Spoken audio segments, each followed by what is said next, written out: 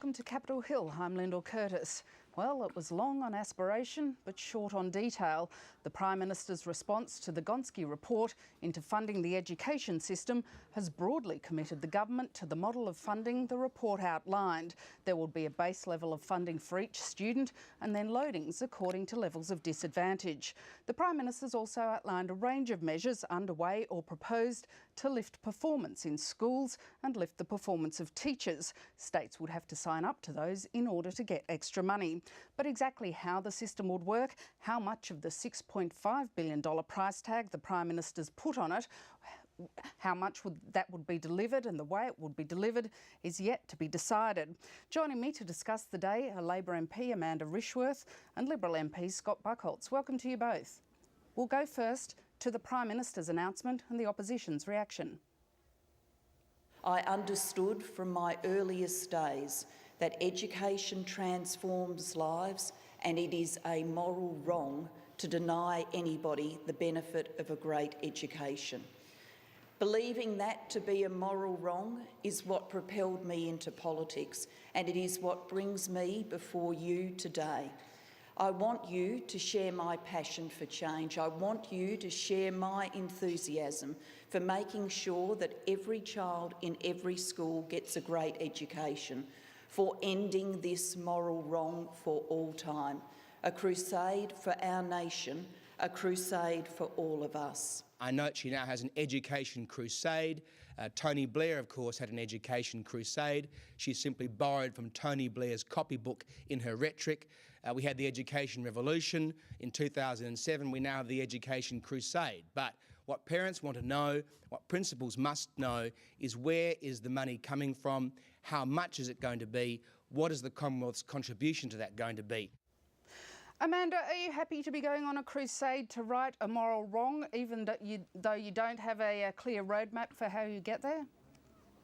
Well, look, I think what the Prime Minister has done today is outline some goals, a vision for how we achieve those goals, and in broad terms, a shake-up of the education funding system that we haven't seen in this country in decades. And I think some of the principles outlined, including a student resource standard as well as extra loadings that actually improve the resources at schools, is so important. And I do think that this is a very, very important crusade, plan forward that will actually make sure that we as a nation perform in our schools, but in addition to that, ensure that no child is left behind.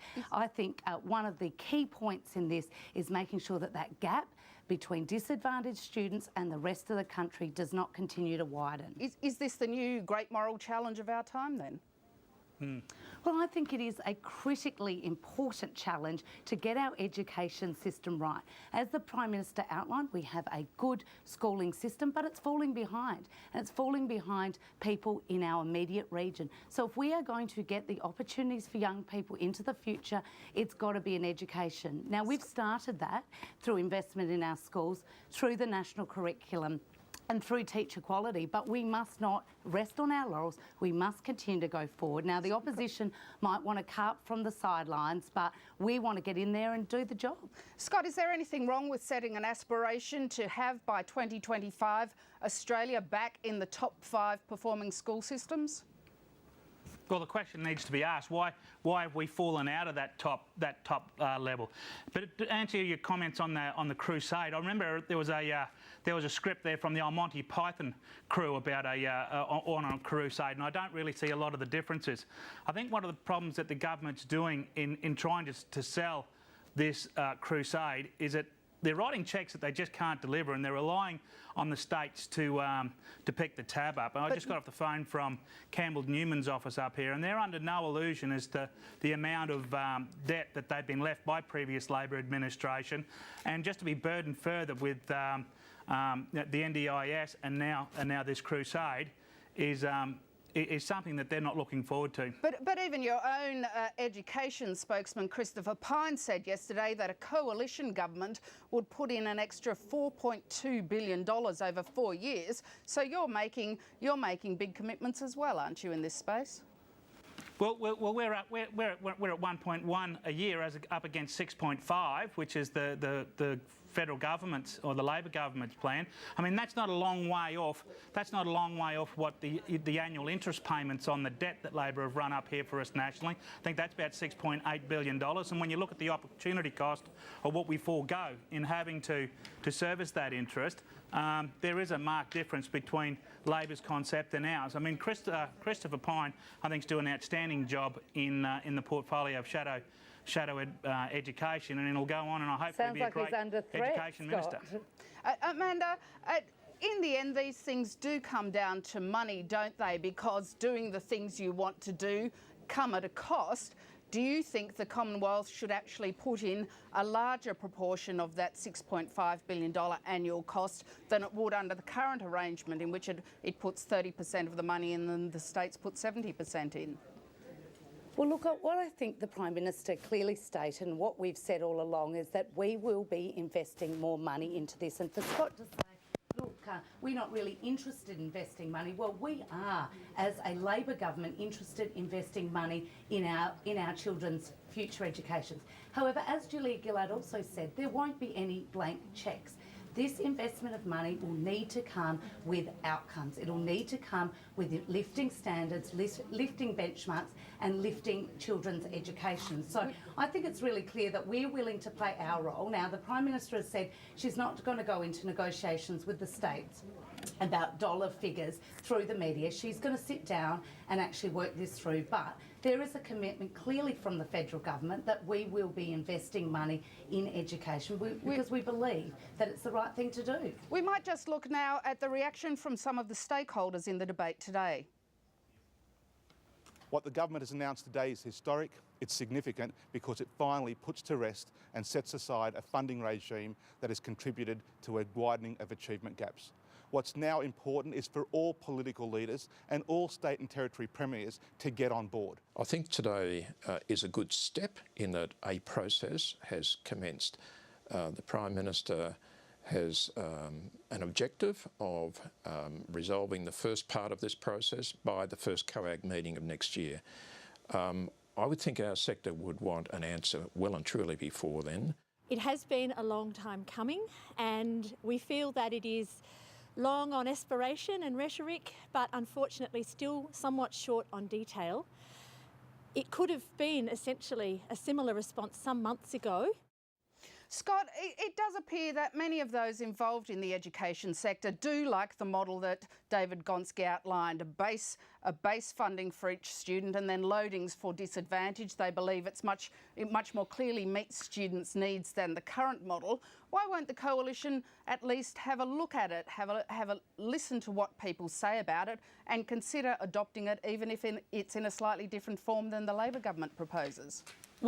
Well, I mean, I believe in Santa Claus and the Tooth Fairy as well, but at the end of the day, Lyndall, I mean, the reason that there's a real horse before the cart situation we've got at the moment, the fact that we're sitting around trying to work out how we're going to divide the pie up, my earlier point still remains. I mean, why are we having this discussion about a Gonski report when the whole fundamental of this is that 70% of the debt is to be picked up by the states, and they're saying overwhelmingly that they just do not have the capacity to be able to deal with that into the future. If the Prime Minister was serious one of the things the Prime Minister hasn't said is that 70-30 split will continue. It's potentially the Commonwealth could pick up more of that funding to help the states meet these goals.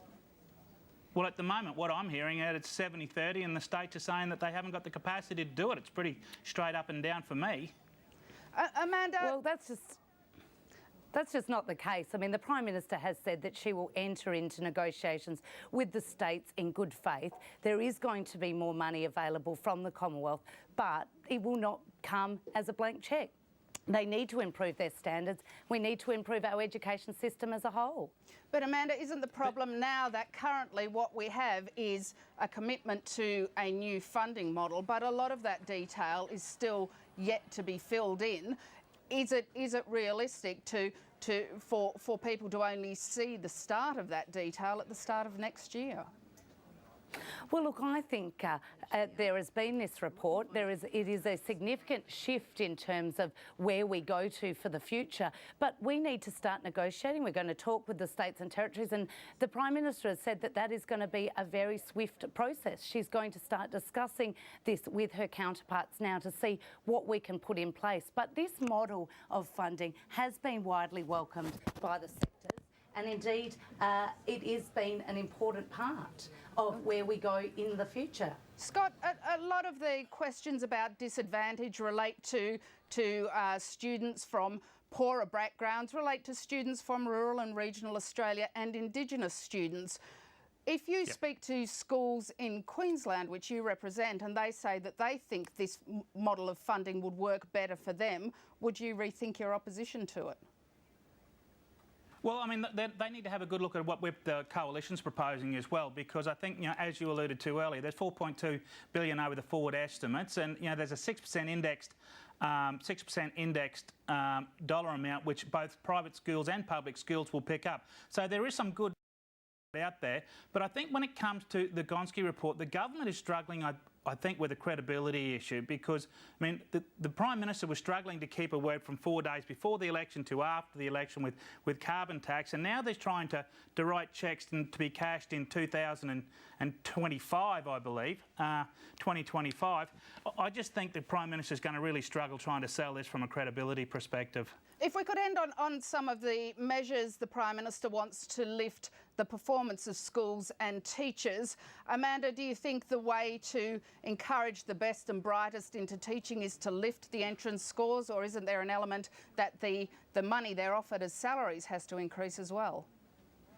Well, look, I think what you've seen is a package of measures which includes lifting the entrance score, so we do attract the best and brightest. There is also a number of other reforms, including ongoing professional development, which a lot of teachers talk to me about really wanting, as well as time factored in for teachers to do lesson planning. So there's a range of reforms in this package to actually look at how we lift teacher quality, lift not only the entrance but the ongoing capabilities of our teachers in the classroom. I think that is part of the answer in terms of teacher quality. Now, in terms of the opposition, they're just offering more of the same, whereas we want to actually look, how do we not just sit and rest on our laurels and not improve education for the future? Scott, do you think teachers should be drawn from amongst the ranks of the best and brightest students, and do you think teachers should be valued more highly than they are now? Yeah, absolutely, Lyndall. I mean, it's a tough gig being a school teacher. There's no way I'd ever be putting my hand up. The teaching methods, or the teaching environment today has vastly changed from when I was in the classroom environment, and I take my hats off to our school teachers. I think the Coalition's position will go towards trying to assist those teachers by giving principals more autonomy to be able to reward those teachers that show a capacity to be able to connect and get those outcomes that we're so desperately looking for. But yeah, with reference to teacher quality, the Coalition has a strong perspective there, and that's part of our 4-point plan. And like I said, that's coupled with principal autonomy. And that's where we'll have to leave it. Scott Buchholz and Amanda Rishworth, thank you very much for your time today. Thank you, Lyndall. And thank you for joining Capitol Hill. Be with us at the same time tomorrow. Good night.